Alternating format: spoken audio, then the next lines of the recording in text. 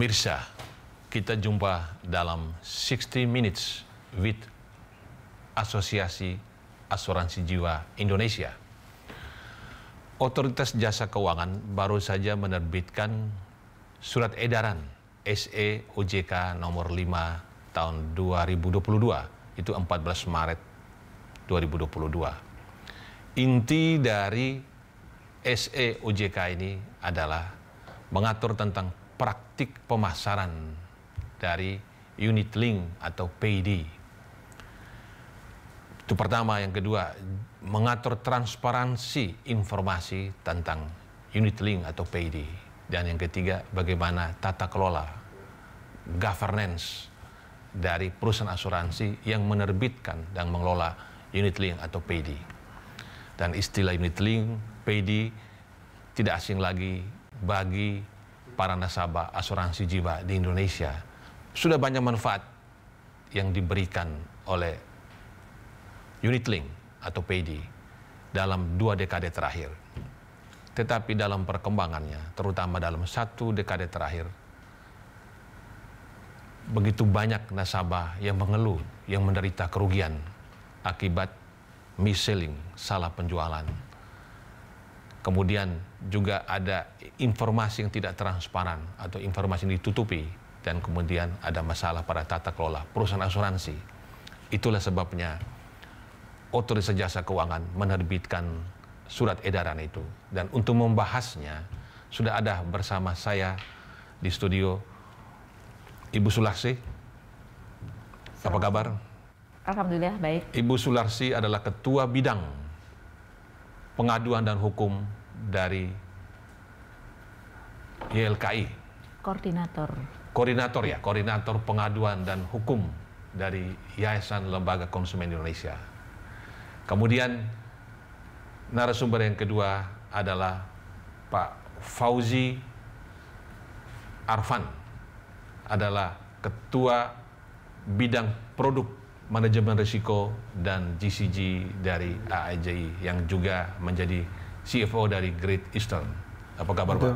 Baik, alhamdulillah, Pak. Terima kasih. Saya sudah beri pengantar tadi tentang unit link, ya, bahwa sekarang ini fakta masih banyak orang yang belum paham soal unit link ini. Tadi Ibu Lastri juga menjelaskan bahwa ini ada masalah besar yang dialami, ya.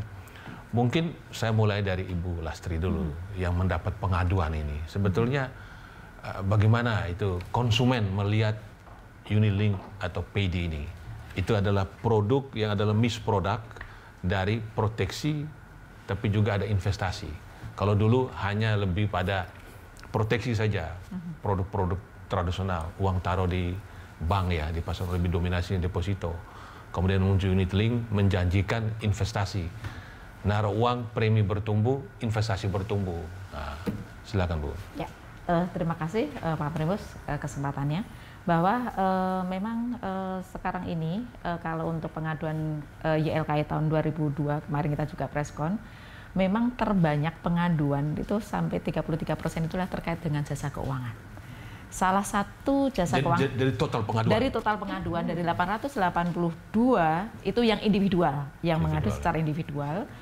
Itu 33% adalah jasa keuangan. Nah, jasa keuangan ini ada terkait dengan perbankan, leasing, asuransi, kemudian sekarang juga ada terkait dengan dompet digital.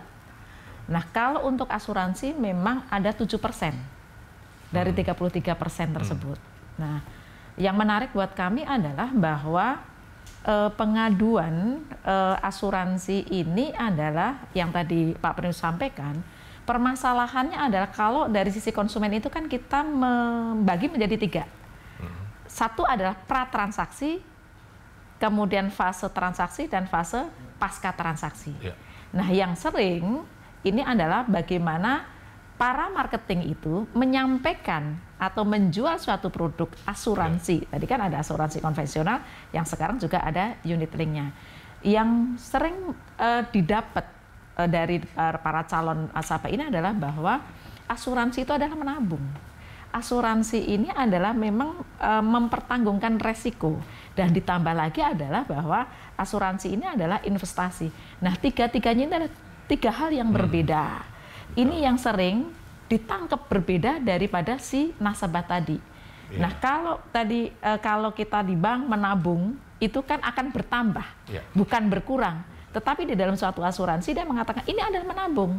Kadang-kadang kan kita sebagai nasabah perbankan kemudian ditawarin untuk penjualan asuransi ditambah lagi dengan adanya unit link. Ini dan para agen mengatakan asuransi juga sama kayak bank, menabung juga. Betul, tetapi ini kan ada suatu resiko yang ada. Kalau returnnya itu tinggi berarti ada suatu resiko yang tinggi. Nah, ini yang harusnya secara clean and clear pada saat melakukan suatu pemasaran menyampaikan informasi secara jelas dan transparan tadi kepada nasabahnya bahwa ini loh hal-hal pengecualian apa saja sih, hal-hal resiko apa saja sih yang akan didapat oleh si calon nasabah. Nah, jangan hanya berupa ini keuntungan loh, ini ada keuntungan loh, ini besar sekali returnnya. Nah, orang kan terbius. Akhirnya apapun yang dijelaskan dia adalah menutup mata. Udah, mereka adalah langsung meng-ACC dan itu percaya saja 100% kepada si agennya tadi. Nah, ini yang sering terjadi permasalahannya. Kemudian yang kedua adalah pada saat transaksi ini kan ada hal-hal yang namanya polis itu kan banyak sekali yang harus diketahui. Nah, alangkah baiknya memang OJK kami juga menyampaikan kepada OJK kalau untuk menjual suatu jasa keuangan harus ada satu lembar. Apa sih yang menjadi hak dan kewajiban itu disampaikan, informasi pengecualian misalnya, resiko-resiko itu kan harusnya diinformasikan di awal. Betul. Gitu. Nah, saya ke Pak Fauzi dulu.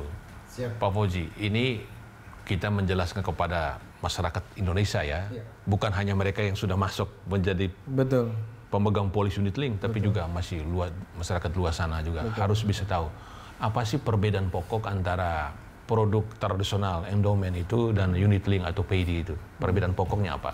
Baik, sebenarnya yang membedakan antara tradisional dengan non-tradisional atau biasa disebut dengan unit link. Unit link ini memang sedikit lebih sophisticated, lebih canggih mungkin, makanya disebutnya non-tradisional. Yang membedakan tradisional dengan non-tradisional ini adalah untuk yang tradisional itu pure investasinya itu ditanggung oleh perusahaan asuransi. Sementara unit link itu ada portion yang memang ditanggung oleh nasabah. Dalam artian jika dia membeli produk unit link, maka porsi investasinya itu menjadi resiko yang ditanggung oleh nasabah. Nah, ketika nasabah mendapatkan result yang tinggi, ya tentunya resultnya buat mereka semua. Pada produk tradisional udah pasti itu nilai tunai dari si nasabah naik ya. Betul. Ya, karena risiko ditanggung oleh perusahaan asuransi. Mereka taruh di tempat aman, di pasar uang atau paling tidak di surat berharga, surat utang SBN atau surat obligasi swasta. Iya. Sementara yang modern ini ke berbagai jenis saham ya. Betul. High risk ya. Sebenarnya di unit link itu tidak semuanya harus ditaruh di tempat yang berisiko. Karena biasanya perusahaan asuransi itu memberikan beberapa pilihan.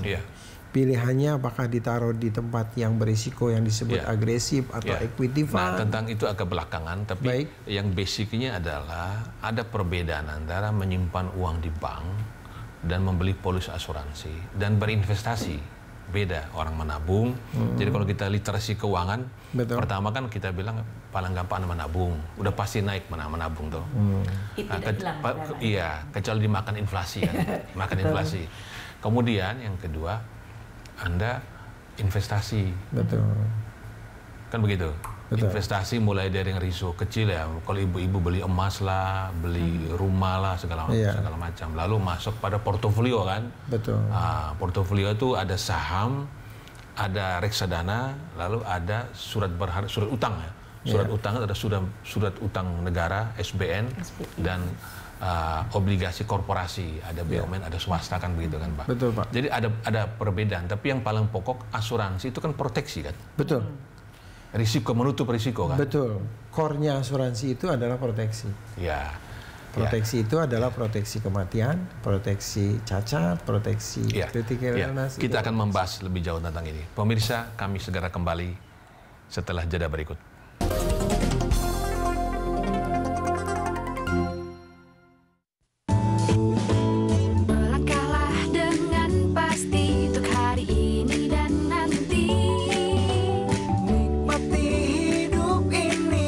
Senyuman yang pasti,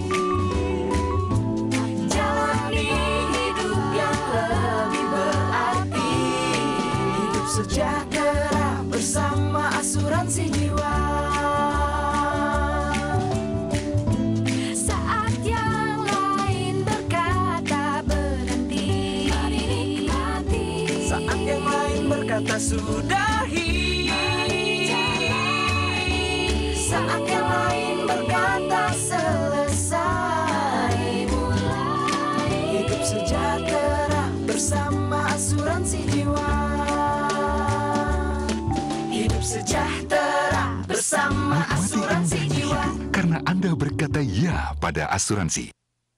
Scan kanal barunya dan nikmati program hiburan tanpa batas secara gratis. Ayo, scan kanal 26 UHF. Deretan program menarik siap menginspirasi dan merubah duniamu.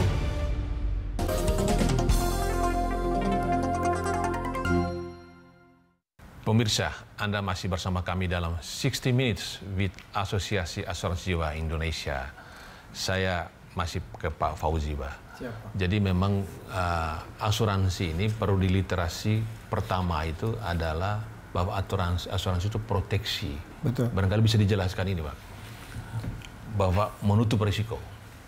Baik, asuransi itu proteksi. Memang sebagian juga ada yang menggunakan porsinya asuransi itu untuk ditaruh di tempat vehicle investasi. Risiko yang ditutup oleh asuransi itu memang variasinya cukup banyak, Pak Primus. Di antaranya yang pasti yang jadi basic protectionnya adalah term coverage, asuransi kematian.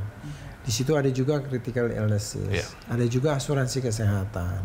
Nah, pada saat orang menjual atau teman-teman pemasar dari agen asuransi menjual produk asuransi, mereka biasanya menjelaskan purpose-nya, keperluannya untuk apa, proteksi apa yang dia jual. Apakah proteksi untuk kematian saja, termasuk di dalamnya asuransi kesehatan. Kira-kira itu kan. Jadi yang paling utama kan itu. Jadi ketika kita masih kuat, masih punya penghasilan, kita membayar premi. Betul. Berbagai jenis asuransi. Pada saat kita sakit, kita tua, kita celaka, kita bisa dibayar oleh asuransi, kan begitu? Betul. Kan begitu, ada yang sakit harapannya karena kan begitu. Untuk ikut asuransi. Ya, dan begitu kita punya gaji misalnya 10 juta, 20 juta, begitu kita sakit 100 juta, 200 juta, 500 juta, itu bisa ditutup oleh asuransi, kan? Betul. Begitu, kan? Betul. Apalagi ketika sudah pensiun, kan gitu. Betul. Itulah manfaat asuransi, proteksi, kan gitu. Jadi itu namanya siap payung sebelum hujan, kan? Tepat, tepat kan sekali begitu. Pak Primus. Nah, yang masalahnya ketika hujan datang, payung ditarik, itu gimana, Pak? Itu karena pada saat karena terjadi pada unit link ini, kan unit link itu tidak hanya proteksi, bahwa dikatakan kalau Anda membeli polis, membayar tiap bulan atau per tiap tahun, nilai tunai Anda meningkat terus. Kenapa? Karena investasi luar biasa.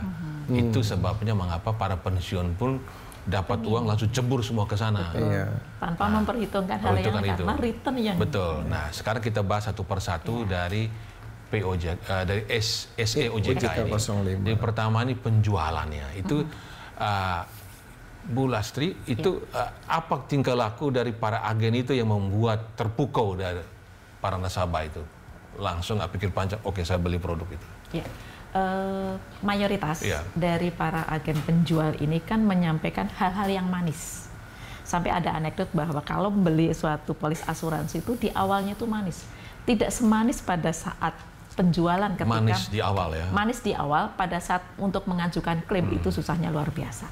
Gitu. Nah, ini yang kita harapkan bahwa dalam melakukan suatu penawaran di awal ini adalah perlu ada informasi yang benar, jelas dan jujur ditangkap oleh si nasabah atau calon nasabah ini.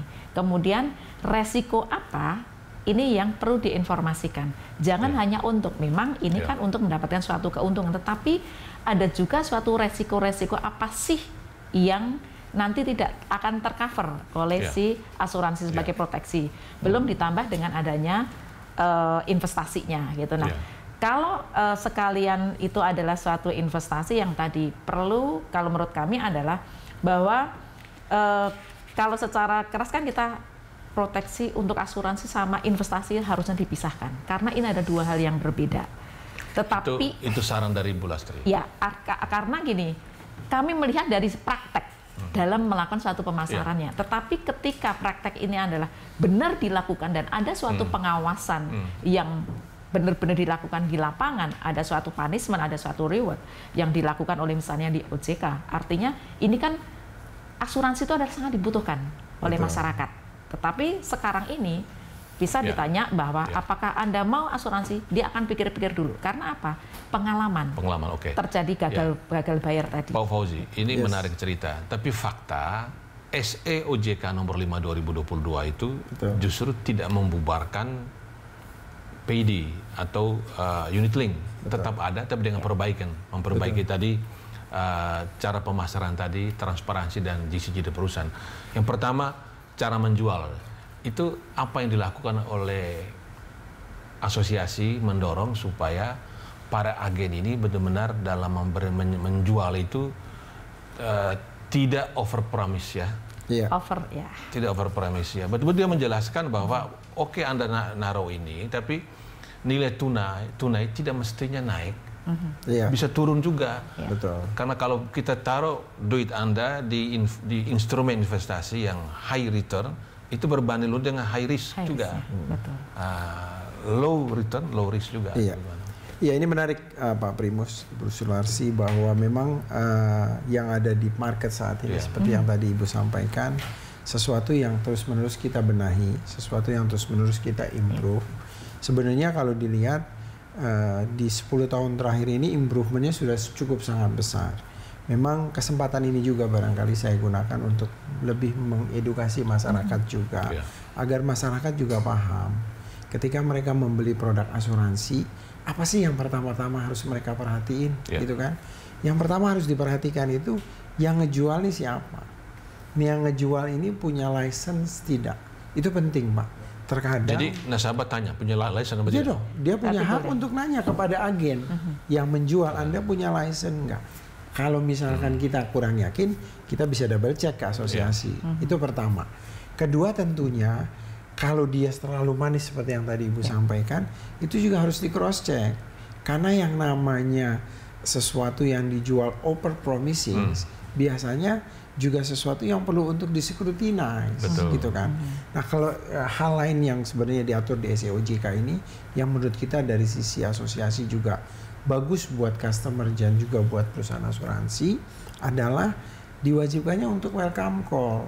Sebenarnya setelah beli, tadi Ibu menyampaikan hal yang menarik tuh. Ada pre-selling, ya Bu, proses selling dan pasca selling. Pre-selling tadi saya sampaikan, pre-selling pada saat Anda mau beli ditanya agennya punya lisensi enggak. Proses selling kita sebagai nasabah juga harus ngelihat yang dijual tuh produknya sesuatu yang masuk akal atau tidak. Yang ketiga, after sellingnya, ketika sudah beli, sebenarnya nasabah itu punya hak untuk mereview apa yang dijual oleh si customer. Ada yang namanya free look up, dilihatlah. Nah, saat ini SE OJK 05 itu mewajibkan perusahaan asuransi untuk menelpon kepada nasabah. Itu yang disebutkan welcome call. Di welcome call ini, kalau yang tadi agen mungkin yang menjual, kalau welcome call yang membicara itu dari perusahaan. Berarti ini artinya balance ya Pak ya? Jadi balance. Jadi kalau misal gitu ya, karena agen mungkin perlu untuk agar tutupannya segera dapat tapi komisi, dapat cross checknya dari welcome call. Nah, ini saya juga menghimbau barangkali ke masyarakat, jika seandainya sudah membeli polis asuransi, ketika ditelepon oleh perusahaan asuransi, harusnya ini kesempatan untuk didengarkan. Jadi jangan, terkadang ini mohon izin barangkali Pak, terkadang masyarakat juga merasa udah diterangin oleh agennya, Karena rasa percaya tadi loh, Iya, Pak. betul. Karena Janji-janji manis asuransi tadi. ini kan bisnis suatu kepercayaan. Trust, iya. Karena Nah, sudah makanya- percaya sama orang yang kenal, biasanya kan udah pasrah bongkoan. Itu yang Intinya harusnya- yang harusnya Betul lah, diwaspadai. edukasi yang kita harapkan. Iya. Kita harapkan Nah ke sekarang depannya dari jangan- sisi kualitas, dari sisi standarisasi ya, standarisasi Iya, Pak. apa namanya life insurance agent ini kan, jumlahnya sekarang hampir 1.000 ya atau berapa? Wah, kita Agen sudah asuransi. hampir 600.000 jumlah agent asuransi 600.000, seluruh Indonesia. 600.000 ya. Nah itu apakah semua agen itu boleh menjual unit link apa tidak? Tidak. Kalau tadi kan Anda Tidak. mengatakan lebih sophisticated. Tidak. Tidak. Itu ada license sendiri. Ada. Jadi ada Oke. ujian khusus, Ada Pak. ujian khusus. Ada ujian, jadi tidak semua agent itu boleh untuk menjual unit link. Sertifikasi keagenan, lisensi keagenan itu ada clusteringnya. Untuk penjual Ya. unit link ada ujian khusus Ya. gitu kira-kira. Artinya Tapi tadi dalam pengawasannya itu gimana, Pak? Dalam praktek di lapangannya, kadang-kadang kan apakah semua yang kadang-kadang kan Ya. dia ada asuransi, kemudian dia ada menawarkan suatu unit link ini. Betul. Nah, artinya bahwa pengawasan perusahaan maupun pengawasan otorisasi bahwa dia ada memang sudah punya license untuk boleh melakukan suatu penjualan. Memang itu yang waktu itu kita meminta kepada OJK bahwa perlu ada license. Sudah Karena ada. dengan ada Iya. license itu dia paham terkait dengan Iya. Betul. produknya. Nah gitu, ini kita yang akan masih dijual. menarik Pak. Pemirsa, kita masih berdiskusi cukup seru soal kualitas agen ini. Karena bagaimanapun juga yang bertemu nasabah kan agen ya. Betul. Yang melakukan over promise bahkan mis-selling juga agen ini. Agen. Kami segera kembali setelah jeda berikut.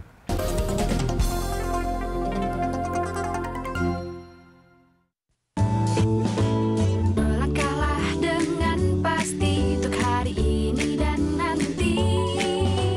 Nikmati hidup ini penuh senyuman yang pasti. Jalani hidup yang lebih berarti. Hidup sejahtera Bersama asuransi jiwa. Saat yang lain berkata berhenti, mari nikmati. saat yang lain berkata sudahi. Saat yang lain berkata selesai, mulai. Hidup sejahtera Bersama asuransi jiwa. Hidup sejahtera bersama asuransi jiwa. Karena Anda berkata ya pada asuransi.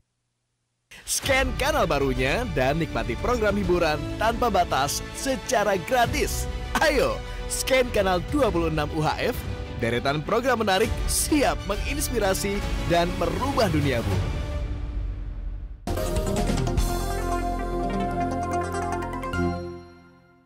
Pemirsa, Anda masih bersama kami dalam 60 Minutes with Asosiasi Asuransi Jiwa Indonesia bersama Pak Fauzi dan Bu Sulastri. Ini menarik, Pak, karena memang yang bertemu para pensiunan tadi.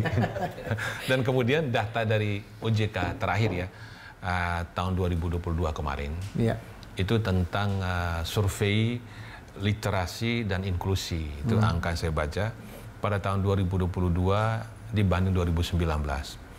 Itu inklusi pada tahun 2022 itu 85,1%.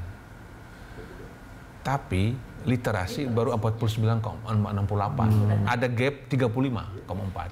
Memang gapnya mengecil dari 38 ke 35, tapi masih tinggi 35 itu. Ini keseluruhan, Bu. Iya. Asuransi tentu lebih kecil lagi literasinya kan. Ini dicampur dengan perbankan. Betul. Dari SD kita udah belajar teman nabung. Nah ini kerja. Betul.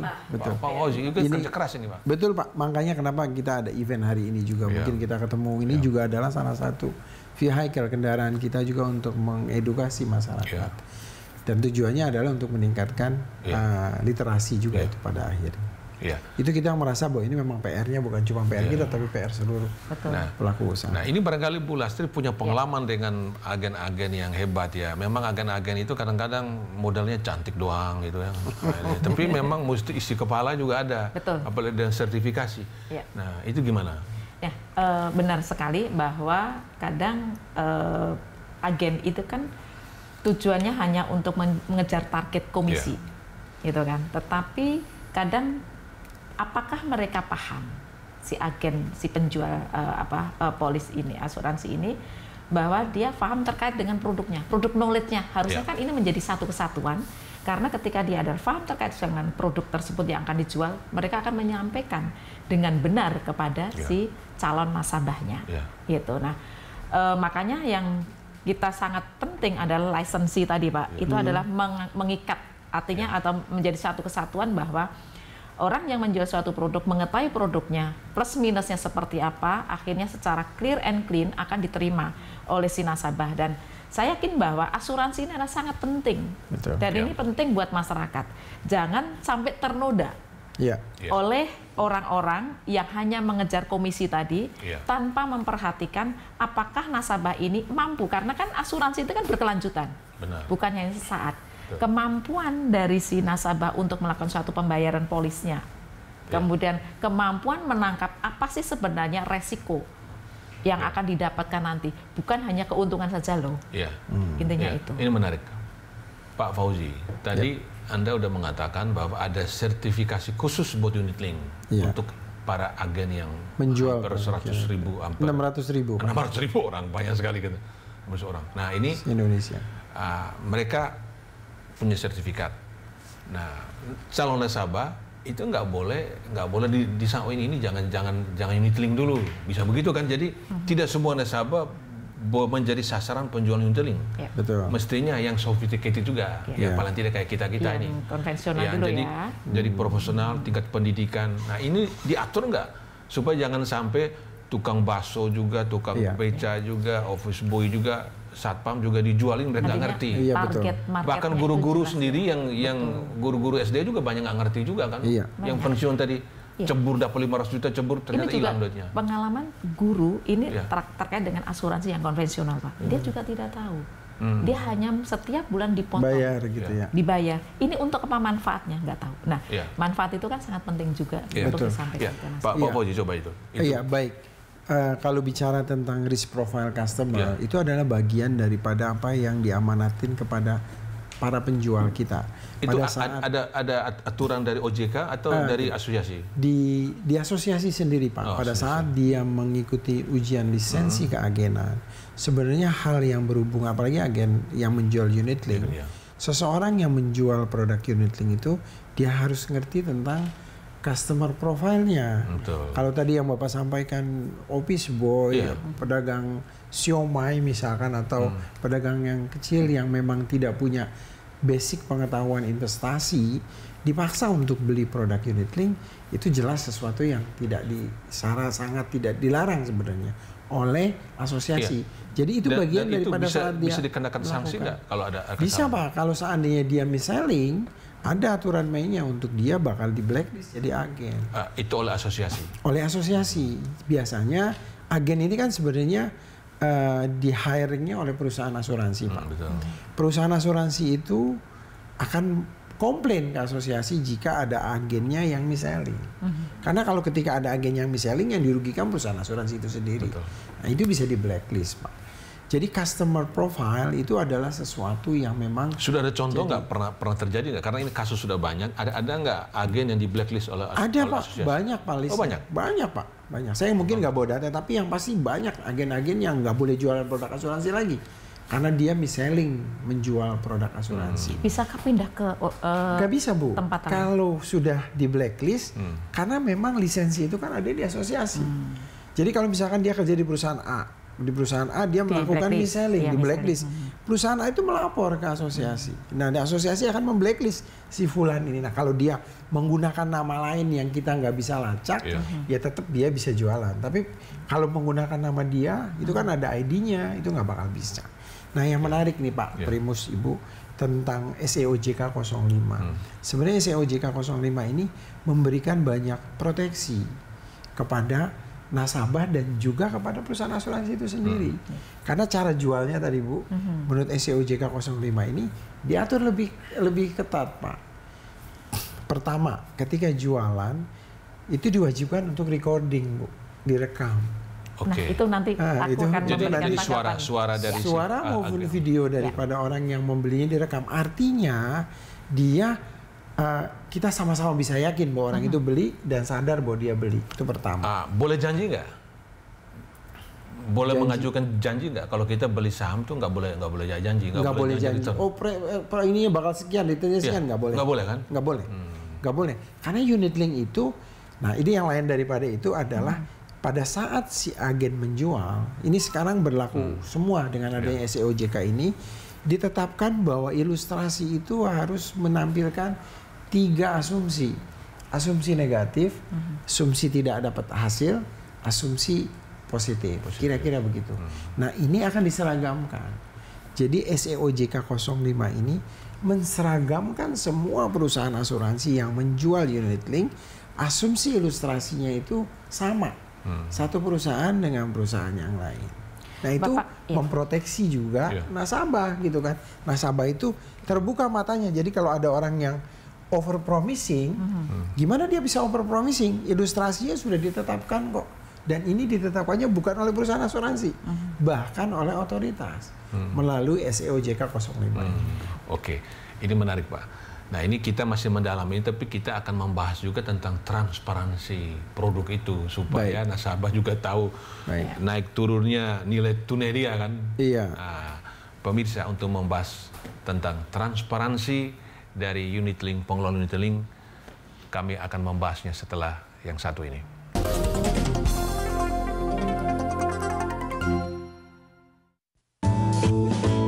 Melangkahlah dengan pasti untuk hari ini dan nanti. Nikmati hidup ini penuh senyuman yang pasti. Jalani hidup yang lebih berarti. Hidup sejahtera bersama asuransi jiwa. Saat yang lain berkata berhenti, mari nikmati. saat yang lain berkata sudahi. Saat yang lain berkata selesai, mulai. Hidup sejahtera Bersama asuransi jiwa. Hidup sejahtera bersama asuransi jiwa. Karena Anda berkata ya pada asuransi. Scan kanal barunya dan nikmati program hiburan tanpa batas secara gratis. Ayo, scan kanal 26 UHF, deretan program menarik siap menginspirasi dan merubah duniamu.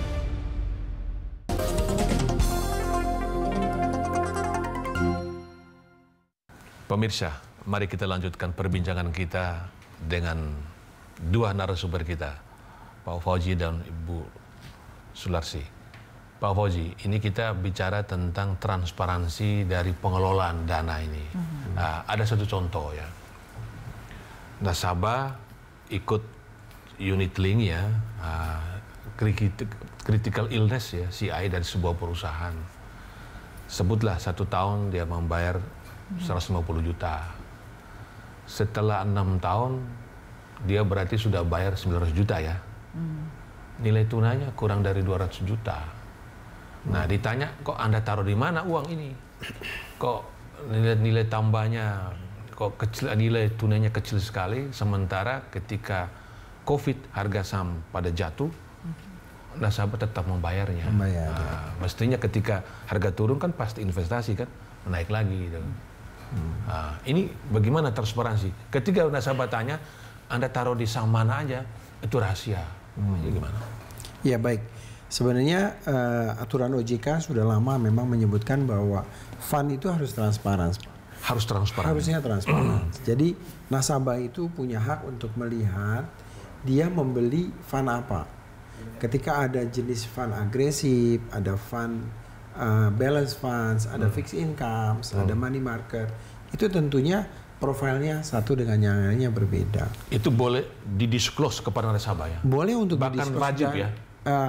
Wajib atau nggak wajib itu tergantung dari produk yang dijual oleh perusahaan asuransi, Pak. Sebutlah ini produk unit link kita bicara. Iya, nggak, maksud saya gini, produk unit link itu sendiri, ada perusahaan asuransi yang yang memblended, dia taruh di agresif, dia taruh di equity fund. Equity fundnya diserahkan perusahaan asuransi untuk mengelola, itu bisa. Tapi juga bisa ada perusahaan asuransi yang spesifik jual equity fundnya itu hanya untuk blue chip, itu juga possible.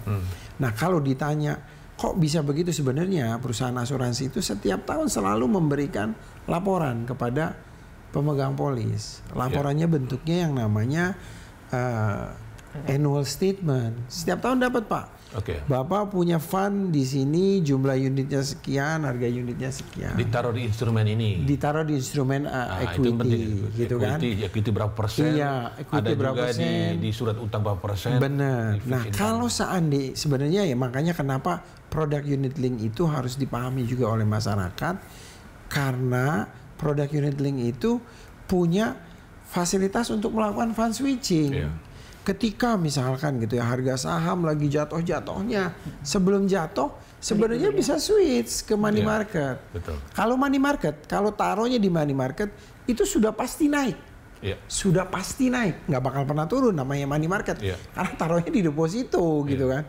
Nah kalau misalkan dia punya fund-fundnya itu ditaruh di money market, sudah pasti naik. Pada saat harganya merambah naik, dia beli di harga bottom, ya tentu dia akan menguntungkan.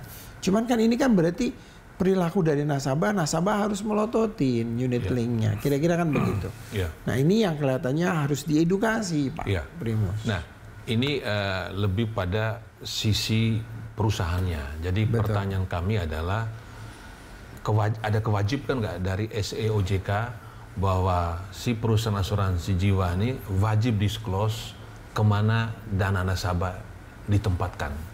Berapa persen dia di equity, berapa persen di fixed income, berapa persen di deposito, dan kalau di saham manakah itu, kalau dia taruh reksadana jenis mana, itu perlu di-disclose kepada nasabah. Oh, saya taruh sini. Kalau turun dia ngerti gitu. Betul. Nah, jadi itu kewajiban itu ada, Pak. Dia mengerti. Di SEOJK ini disebutkan, sebelum SEOJK ini sendiri sebenarnya sudah ada, Pak, bahwa semua perusahaan asuransi yang menjual produk unit link, dia harus transparan kepada nasabahnya. Fundnya itu ada ditaruh di mana. Yang dia jual equity fund, nggak boleh jual equity fund tapi fundnya itu dikelola untuk money market, atau kebalikannya, taruhnya di money market tapi dikelolanya dengan dalam bentuk saham. Itu prohibited, itu dilarang sama OJK. Kalau ketahuan sama OJK udah pasti perusahaan tersebut bakal kena punishment, Pak. Jadi OJK sebenarnya sudah ngatur. Nah kalau SEOJK saat ini lebih detail lagi untuk mengatur, yaitu proses penjualannya. Jadi menjual unit link tentunya kalau yang ada tetap berlaku. Ditambahkan lagi bahwa jualan unit link itu harus di-recorded. Tujuannya ada transparansi. Orang yang membeli maupun yang menjual sama-sama transparan ketika dia ini. Ada video recordingnya. Kedua, adanya standarisasi sales illustration. Jadi kalau ada seorang nasabah mau beli dari perusahaan A, B atau C, ilustrasi akan sama setelah adanya SEOJK 05 ini. Ilustrasi dari sisi asumsi. Jadi nanti kalau misalkan ada agent atau ada penjual unit link setelah SEOJK implemented full di bulan Maret, ada orang jualan produk unit link tapi masih overpromise, tidak ada recordingnya, kemudian juga sales illustrationnya tidak standar, itu boleh untuk ditolak. Jadi nasabah nggak usah beli gitu loh. Kalau hal yang seperti itu, kemana konsumen atau nasabah ini untuk bisa menyampaikan? Untuk misalnya mengadu, karena kan ini untuk proteksi ke perusahaan yang dia jual langsung. dulu, Bu. Pertama, dia kan agen itu kan kerja di perusahaan. Itulah fungsinya dia untuk berkomunikasi dengan perusahaannya. Tapi memang dalam kenyataan tidak mudah, tidak dapat akses si nasabah itu langsung ke perusahaan. Dia ke customer service dulu, putang-peng-peng. Sebab mereka kan agen, Pak ya. Agen itu ada upline-nya. Ini Anda hubungi ini nanti. Nah, ini biasanya ada call centernya yang untuk memudahkan komunikasi, itu akan sangat membantu. Sudah pastinya ada, Bu. Hampir semua perusahaan besar sekarang, hampir semua perusahaan asuransi punya call center. Nah itu tadi saya bilang, di SEOJK ini juga di antara yang lain yang memungkinkan nasabah lebih paham, adanya welcoming call. Dan welcoming call itu wajib, Bu. dilakukan oleh perusahaan asuransi. Jadi kalau sudah ada agent ngejual polisnya, nasabah membeli polisnya, nanti perusahaan asuransi cross check, jangan-jangan agennya menjualnya tidak proper. Inilah kesempatan nasabah untuk bertanya. Jadi saya barangkali menghimbau juga ke masyarakat, ketika sudah membeli polis, ditelepon oleh perusahaan asuransi itu jangan di-reject. Justru itu kesempatan Bapak Ibu sekalian untuk karena bertanya. tadi literasi tadi loh. Ini kan kaitannya dengan literasi hari ini kali bahwa itu yang harus terus menjadi pekerjaan kita. Karena yang tadi AJI memang harus menggalang itu. Biar agar masyarakat itu juga paham, karena ini memang asuransi itu sangat penting buat masyarakat. Betul. Iya, betul sekali, Bu. Pak Fauzi, ini yang ketiga adalah tata kelola aset dari PD, dari unit link, terkait dengan nomor 2, transparansi. Ini sekarang menurut pemantauan dari AJI bagaimana? Setelah turun ini SE OJK Maret tahun lalu, hampir setahun ya, itu bagaimana tata kelola? Sudah semakin bagus atau gimana? Dengan adanya SE OJK ini justru semakin lebih baik lagi gitu Pak. Dulu kita sudah punya tata kelola pengelolaan aset investasi di produk PD yang pasti dipisahkan daripada perusahaan asuransi. Mengapa saya tanya ini? Karena sebelum pandemi dari 2016-17 baru meledak 2018 ya. Itu saving plan ya yang melibatkan itu apa namanya Jiwasraya ini. Dan itu kan bagian dari variasi daripada PD ini juga kan gitu. Jadi sekarang ini setelah itu belajar nggak semua lebih governance lebih bagus Pak? Ini ya mungkin beda kali ya. Kalau yang kasusnya saving plan itu lebih ke traditional product dan itu memang dari ada soalnya menjanjikan juga. Ya itu. Lebih tinggi dari deposito. Nah kalau unit link dari sejak adanya aturan tentang perusahaan asuransi yang menjual unit link, dana unit link itu harus dipisahkan dari dana perusahaan. Pengelolaan unit link itu harus terpisah dari pengelolaan dana perusahaan. Untuk menghitung harga unit pun perusahaan asuransi itu wajib, ini aturannya sudah lama Pak, bukan dari SE OJK 05, menunjuk bank custody. Bank custody ini akan lebih transparan ketika dia menghitung gitu loh. Jadi kalau bicara tentang aset liabilitiesnya untuk unit link sebenarnya sudah proper sejak dulu. Hanya saja mungkin yang jadi isu itu adalah when they selling, ketika seseorang menjual. Nah tadi yang Ibu sampaikan di awal Bu, ketika orang menerima informasi tentang produk unit link, seolah-olah janji manis semua yang disampaikan gitu kan. Tidak diceritakan tentang resikonya. Padahal produk ini juga mengandung resiko investasi yang membedakan dengan tradisional, di mana untuk resiko investasinya ditanggung oleh si nasabah itu sendiri. Dan dari sisi risiko, yang non tradisional ini lebih berisiko daripada yang tradisional. Betul. Nah, itu. Ya. Makanya returnnya jadi lebih tinggi dibandingkan tradisional. Tradisional itu biasanya even though walaupun ada case nilai itu. Jadi masyarakat itu jangan hanya untuk mendapatkan suatu return tinggi saja, tapi tanpa risiko. Iya betul. Pemirsa, kami akan kembali setelah jeda berikut.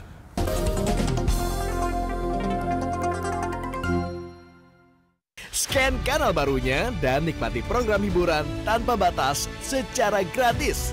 Ayo, scan kanal 26 UHF, deretan program menarik siap menginspirasi dan merubah duniamu.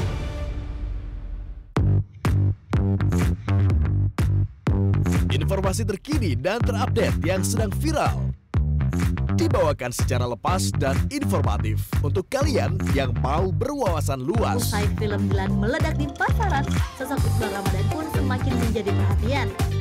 Ikuti berita viral Senin hingga Jumat pukul 13.30 waktu Indonesia Barat. Hanya di PTV.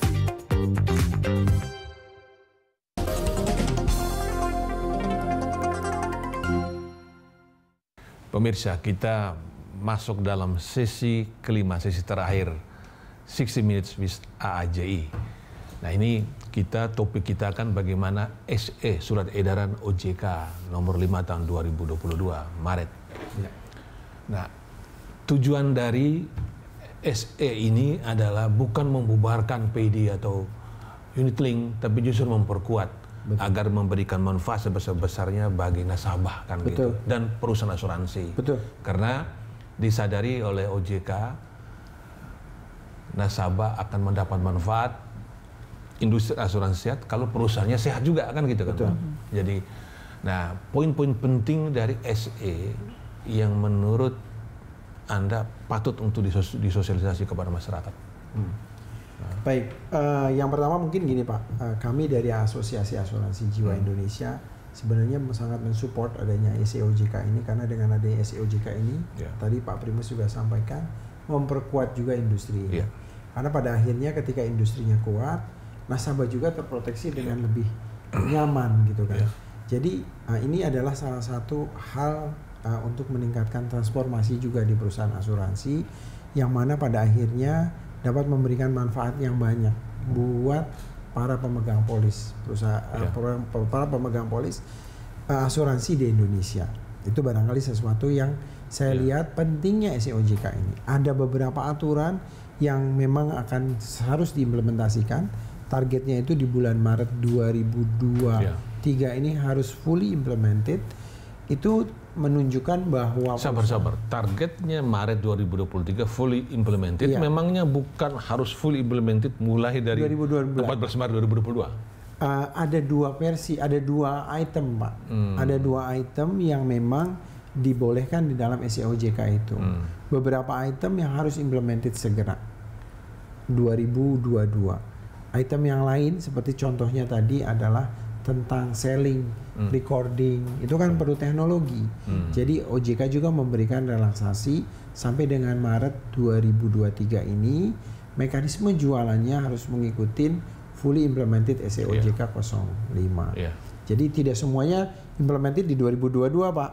Ada sebagian yang di 2023. Nah, hal yang di 2023 ini banyak yang berhubungan dengan bagaimana menjual. Ketika nasabah menerima produk asuransi unit link, mereka juga ada welcome call yang harus 100%. Kemudian juga cerita tentang cuti premi, ini juga tadi kita belum belum bahas. Kalau cuti premi itu gimana cuti premi? Cuti premi itu sebenarnya feature daripada unit link. Bagian daripada featuresnya unit link adalah orang beli polis asuransi unit link punya kesempatan untuk berhenti bayar dulu. Cuti itu berhenti bayar. Tapi bahayanya begitu dia cuti, dia tunainya nol, gimana? Gini, cuti itu bukan berarti tidak membayar kewajiban proteksi kan. Cost of insurance untuk proteksi, cost of insurance untuk critical illness, biaya administrasi itu tetap dibayarkan oleh nasabah. Dari mana? Dari fund yang dia punya. Jadi cuti premi itu bukan sesuatu yang Pak. Ini kan fund itu diukur oleh nilai tunai, Pak. Bisa si nasabah dia udah membayar, sebutlah dia tadi contoh tadi 900 juta dia udah bayar, tapi nilai tunainya dia baru 150 juta. Tinggal 150 juta, padahal dia harus bayar tiap tahun 150 juta. Begitu dia cuti 1 tahun, habis nilai tunainya, nol. Berarti begitu dia ada masalah, dia nggak bisa diproteksi lagi. Karena nol. Nah itulah makanya saat ini Pak, SEOJK itu mewajibkan untuk cuti premi itu harus si nasabahnya yang mengajukan. Jadi nggak bisa otomatis Pak. Jadi kalau Bapak tidak mengajukan untuk cuti. Ya nggak bisa diperlakukan sebagai cuti premi. Beda ya. Dulu mungkin aturannya sebelum ada SEOJK, cuti premi itu adalah sesuatu yang bisa diotomatisasi, otomatik cuti premi.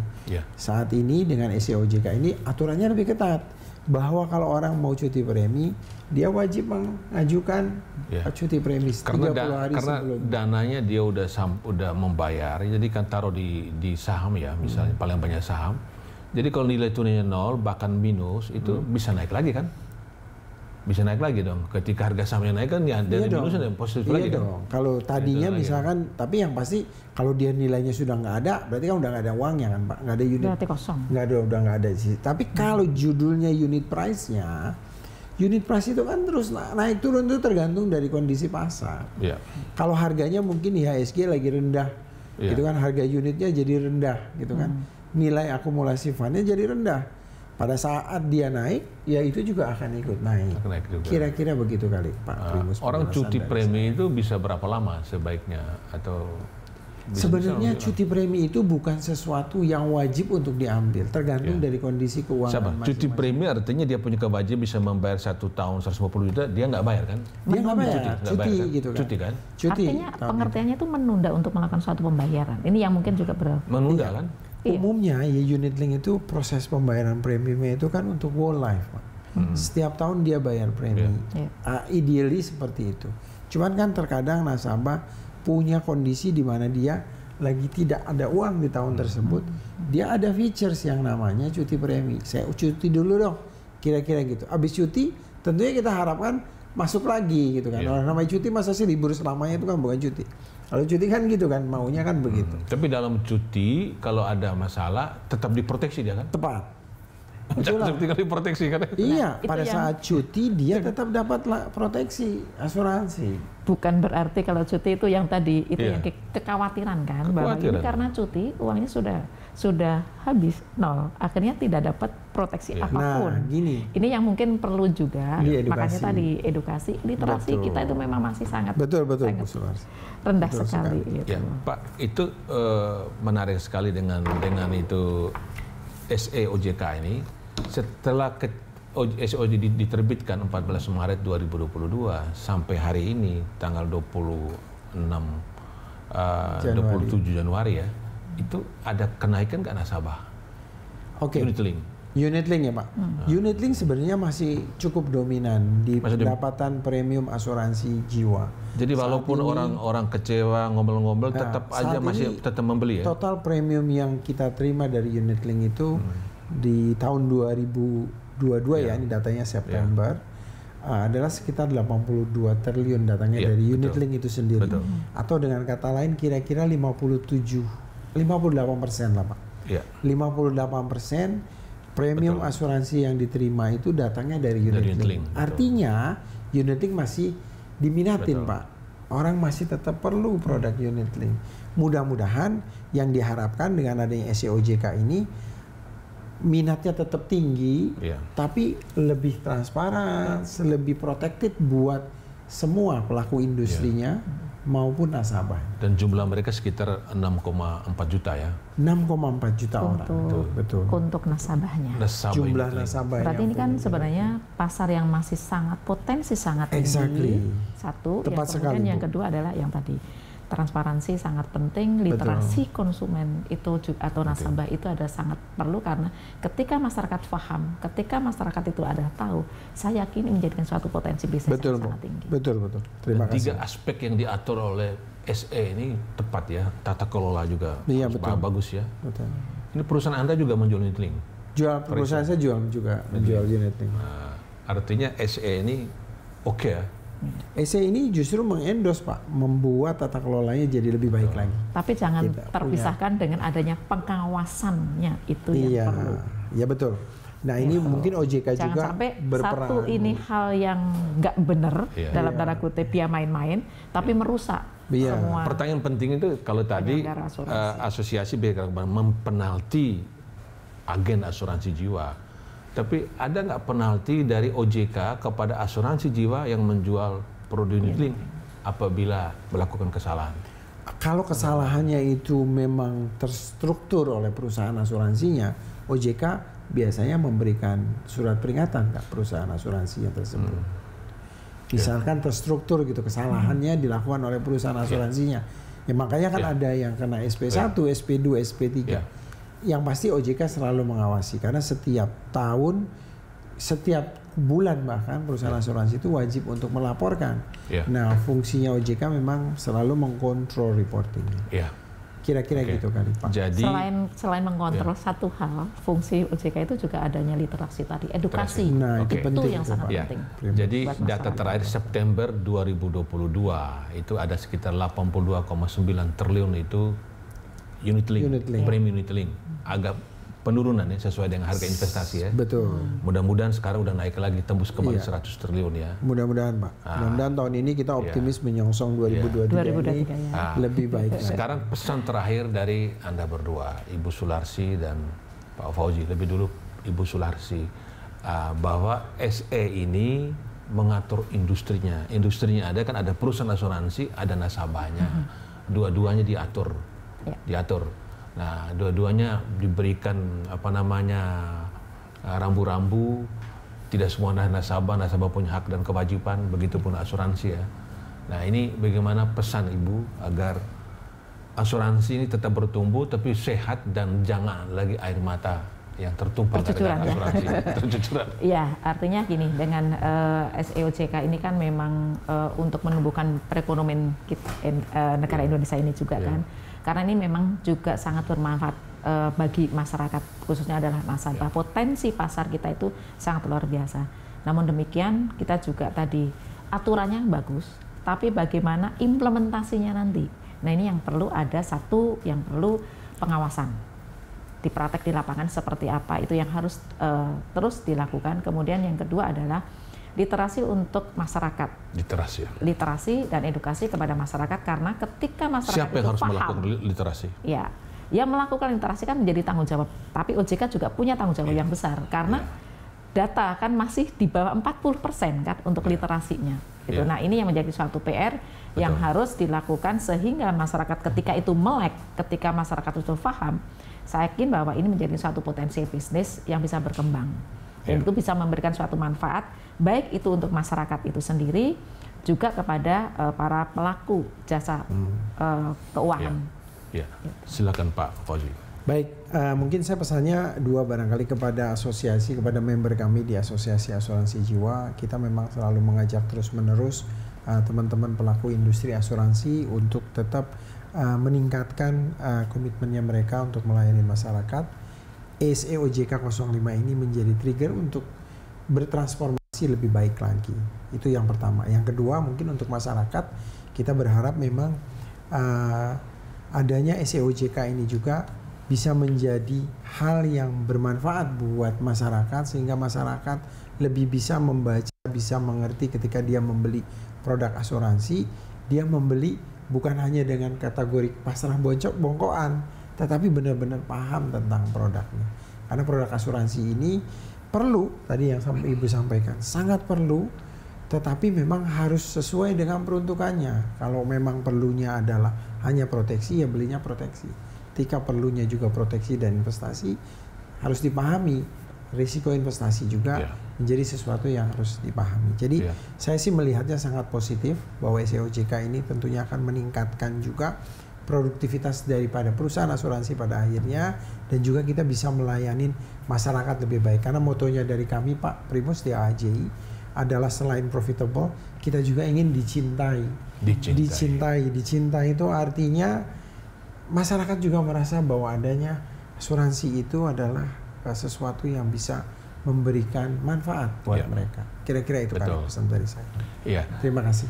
Pemirsa, dari perbincangan dengan dua narasumber ini, kita melihat bahwa asuransi tetap penting bagi masyarakat. Hidup penuh ketidakpastian, dan untuk menutup ketidakpastian itu diperlukan asuransi. Ketidakpastian itu adalah risiko. Untuk menutup risiko itu perlu asuransi. Jadi asuransi tetap penting. Kita nggak tahu apa kita tetap sehat, apa kita tidak pernah mengalami kecelakaan, kematian sudah pasti. Oleh karena itu asuransi penting. Dan salah satu produk asuransi yang sudah sangat populer dan hampir 60% daripada premi adalah dari unit link. Nah, ini sudah diatur agar unit link itu memberi manfaat kepada masyarakat. Unit link yang diterbitkan oleh perusahaan asuransi harus benar-benar memberi manfaat kepada masyarakat ya. Dan perusahaan juga harus sehat. Dan SEOJK mengatur dua-duanya. Bagaimana industri sehat, memastikan ada GCG pada perusahaan asuransi, tetapi juga masyarakat harus kritis, harus bertanya kalau ada sesuatu. Jangan cepat percaya kepada agen-agen. Kalau ada masalah, bertanyalah kepada perusahaan asuransi, kan begitu kan Pak. Nah, demikian para pemirsa, 60 Minutes with Asosiasi Asuransi Jiwa Indonesia. Saya atas nama seluruh kerabat kerja yang bertugas, saya Primus Darimulu pamit undur diri. Terima kasih, sampai jumpa.